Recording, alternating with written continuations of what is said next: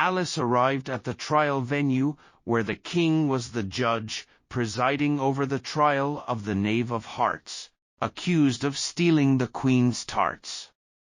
There was a large group of jurors as well. The first witness to be summoned was a hatter, accompanied by the March Hare and the Dormouse.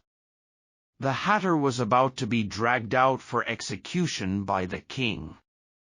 It was at this moment that Alice realized she had grown larger once again. She contemplated leaving the courtroom but decided to stay. Sitting next to Alice, the Dormouse said, "I hope you don't squash me."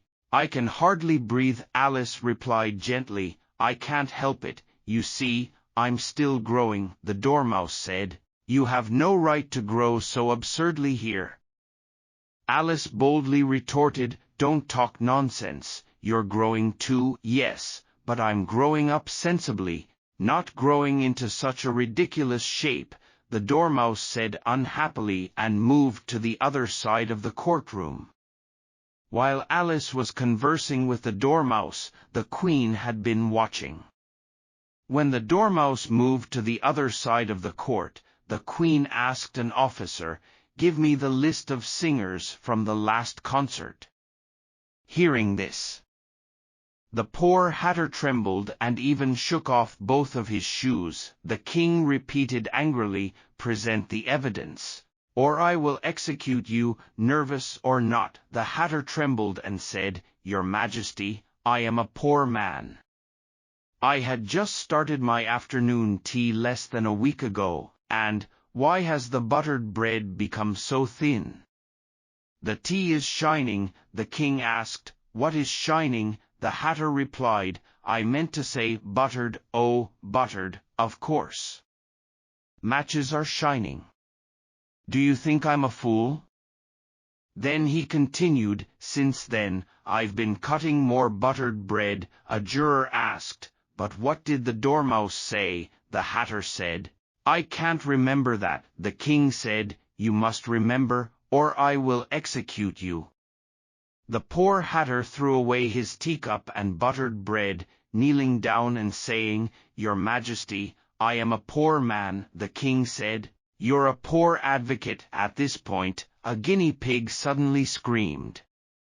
But it was immediately restrained by an officer.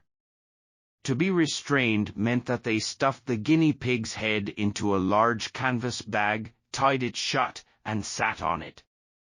Alice thought it was quite brutal how they treated the guinea pig and believed there should be a more civilized way. The hatter nervously looked at the Queen, who was still examining the list of singers. "I'll have to finish my tea before you can go," the king said, and the hatter immediately ran out of the courtroom, not even bothering to put on his shoes. At this moment, the Queen ordered the officer, "Immediately behead the hatter outside the gates." But when the officer rushed to the door, the hatter had already disappeared. The king ordered, "Summon the next witness." The next witness was the Duchess's cook, holding a pepper grinder in her hand. As soon as she entered the courtroom, someone sneezed continuously. Alice immediately figured out who she was. The king ordered, "Present your evidence." The cook replied, "I can't present any evidence." The king quickly glanced at the white rabbit, and the white rabbit whispered, "Your Majesty, you must question this witness repeatedly." "Very well, if it must be done," the king said, his brows furrowed deeply. Then he crossed his hands and, with a stern voice, asked, "What were the tarts made of?" The cook replied, "Mostly pepper."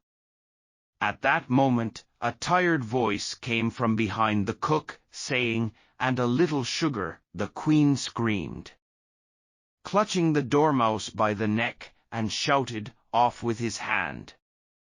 Expel him from the courtroom! Pluck his whiskers." The entire courtroom immediately descended into chaos, taking several minutes to calm down. After the dormouse was expelled, everyone sat back down.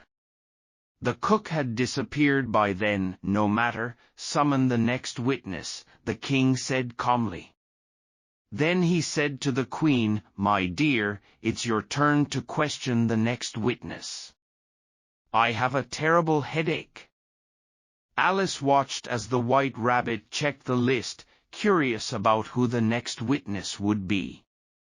She thought they probably hadn't gathered enough evidence yet. To her astonishment, when the White Rabbit shouted out the name of the next witness, it was none other than Alice herself.